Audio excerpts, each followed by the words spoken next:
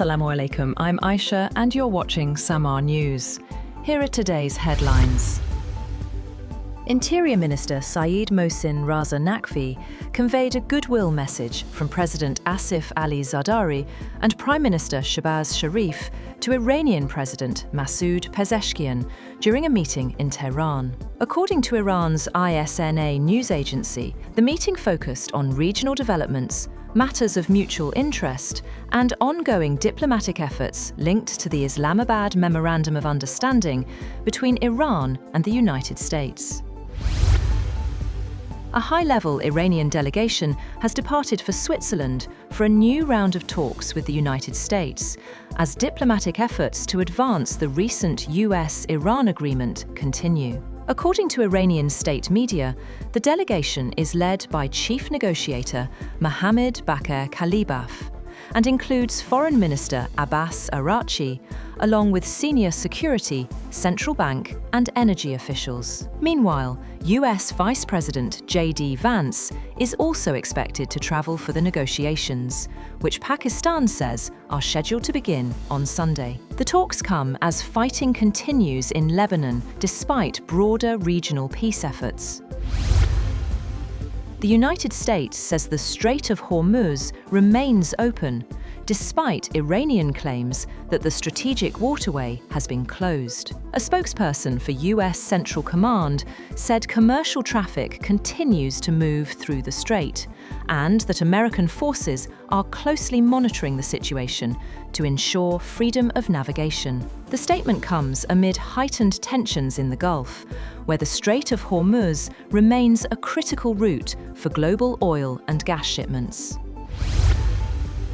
A new round of technical-level talks between the United States and Iran is set to take place in Switzerland on Sunday, as diplomatic efforts continue under the framework of the Islamabad Memorandum of Understanding. According to Pakistan's Foreign Office, the discussions will be held in the Swiss resort town of Bergenstock and will focus on reviewing progress made since the signing of the agreement between Washington and Tehran. Pakistan and Qatar are expected to participate in the talks as mediators, while officials will assess implementation efforts and explore ways to advance commitments made under the Islamabad MOU.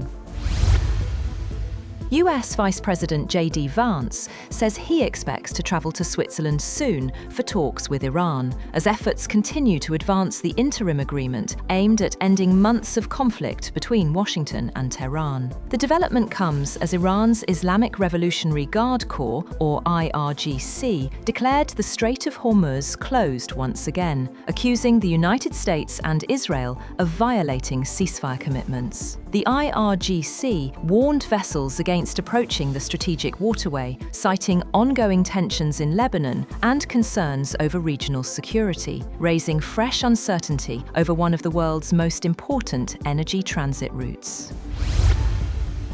Switzerland has confirmed that talks related to the implementation of a recently signed Memorandum of Understanding between the United States and Iran are underway in the Swiss resort town of Bergenstock.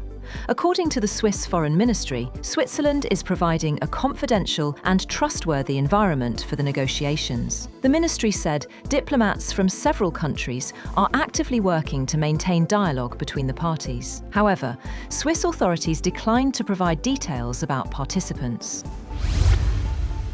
The first round of negotiations between the United States and Iran is expected to begin in Switzerland following the signing of a historic Memorandum of Understanding. According to White House officials, US Special Envoy for the Middle East, Steve Witkoff, has departed for Switzerland. The talks are expected to focus on Iran's nuclear program. Jared Kushner is already in the Swiss resort of Bergenstock, where preparations for the talks have been underway. US Vice President J.D. Vance is also expected to travel to Switzerland. According to media reports and diplomatic sources, Iranian Foreign Minister Abbas Araghchi is also expected to leave for Switzerland.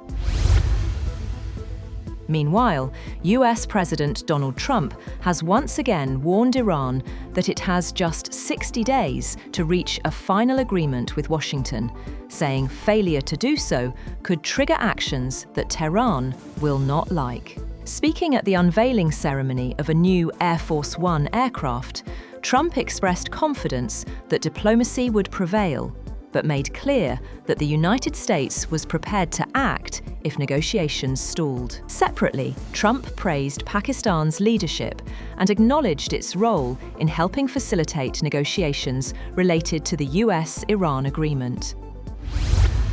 Shortly afterwards, Iran announced new transit procedures for ships passing through the Strait of Hormuz, requiring vessels to submit crossing requests at least 48 hours in advance. In a social media post, Iran's Persian Gulf Strait Authority stressed that only vessels that comply with the requirements will be cleared for passage promptly.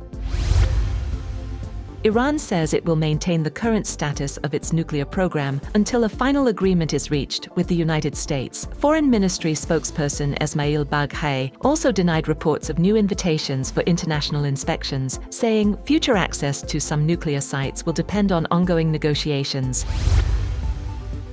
A public dispute between Italian Prime Minister Giorgia Meloni and US President Donald Trump has exposed a sharp deterioration in relations between two leaders once seen as close political allies. The clash erupted after Trump claimed Meloni had begged him for a photograph at the recent G7 summit, prompting an unusually strong response from the Italian leader. In a video statement posted on social media, the Italian Prime Minister said she was astonished by the comments and described them as completely false. She said Donald Trump's statements were completely made up. At least 5 people have been killed in Israeli airstrikes and drone attacks in southern Lebanon, just hours after a ceasefire between Israel and the Iran-backed Hezbollah group took effect. Lebanese state media reported that Israeli warplanes and drones carried out a series of strikes across the Nabatieh area overnight and into Saturday morning, destroying residential buildings and homes, while Israeli artillery shelled Nabatieh and its outskirts before dawn. That's all for now. For more updates, visit www.samaa.tv. Thank you for watching SAMAA News.